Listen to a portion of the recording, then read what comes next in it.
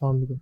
یہ آپ نے ابھی بتایا کہ فدیہ دے گا روزے کا جو روزہ چھوڑے گا، تو پورے رمضان میں اگر ایک شخص بیمار ہے وہ نہیں روزہ رکھ سکتا تو وہ پورے رمضان کے 30 دنوں کا فدیہ دے گا؟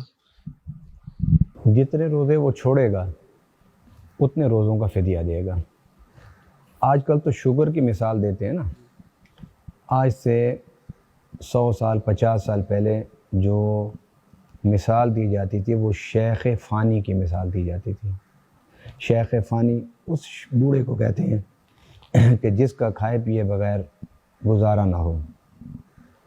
پہلے زمانوں میں شوگر بلڈ پریشر کا پتہ نہیں چلتا تھا، ٹیسٹ سہولتیں نہیں تھیں، تو اس وقت وہ پھر مریض خود ہی بتاتا تھا کہ میں روزہ نہیں رکھ سکتا. میں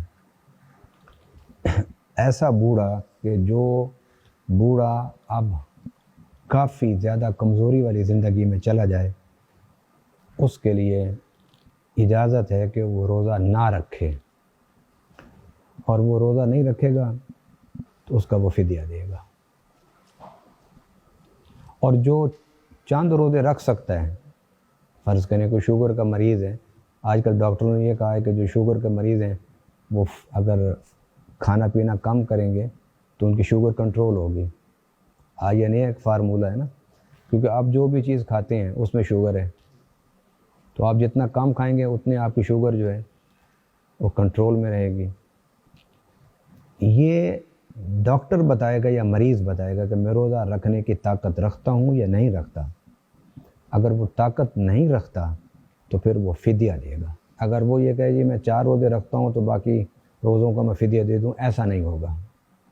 اس کو ڈاکٹر ڈکلیئر کرے گا کہ اس کے اندر طاقت نہیں ہے روزہ رکھنے کی، پھر وہ فدیہ ہوگا. اس لیے جو بیمار ہو جائے، جس کو بخار ہو جائے، وہ روزہ رکھنے کی طاقت ان دنوں میں نہیں رکھتا، لیکن جب اس کا بخار اتر جائے گا، بیماری اتر جائے گی، تو روزہ رکھ سکتا ہے، لہذا اسے قضا کرنی ہوگی. جس کے اندر روزہ رکھنے کی طاقت ہی ختم ہو جائے اور وہ فار ایور ختم ہو، تب وہ فدیہ دے گا.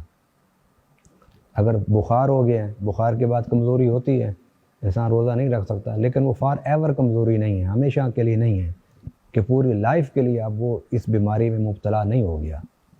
اگر ایسی کوئی بیماری کہ جو پوری لائف کے لیے اب اس کی جان نہیں چھوڑتی اور اس کے اثرات اس کی طبیعت اور اس کے مزاج اور صحت پر پڑتے رہیں گے، تو وہ تو پھر روزہ چھوڑے تو فدیہ دے. فرض کریں اگر کوئی سفر پر جا رہا ہے اور سفر جو ہے وہ گرمی کا سفر ہے، لو کا سفر ہے، اس کے اندر طاقت نہیں ہے کہ روزہ رکھ سکے، لیکن وہ روٹین میں آ کے روزہ رکھ سکتا ہے، تو اس کا فدیہ نہیں دے گا، وہ اس کا کفارہ، اس کی قضا دے گا.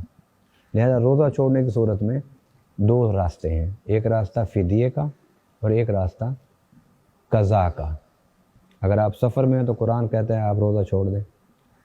جب آپ روزہ چھوڑیں گے تو جب رمضان ختم ہوگا تو آپ کو اس کی قضا ہوگی.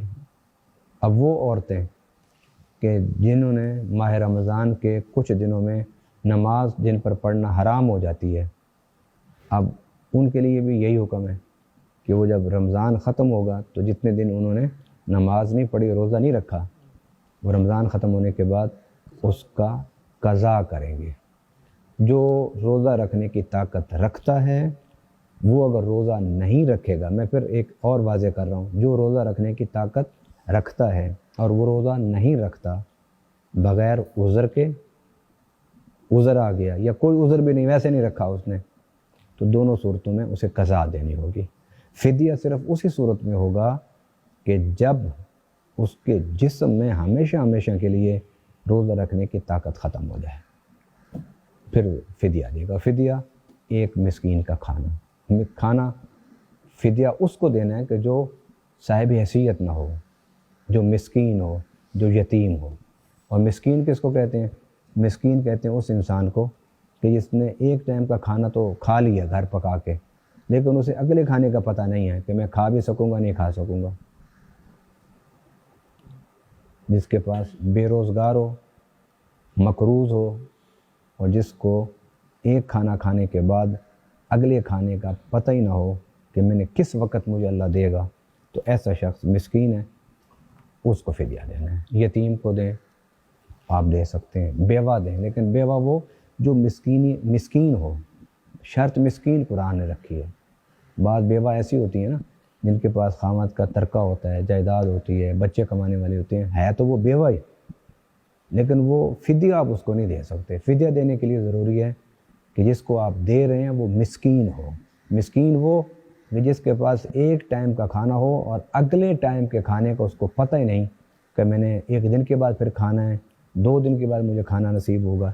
ایسے شخص کو مسکین کہتے ہیں.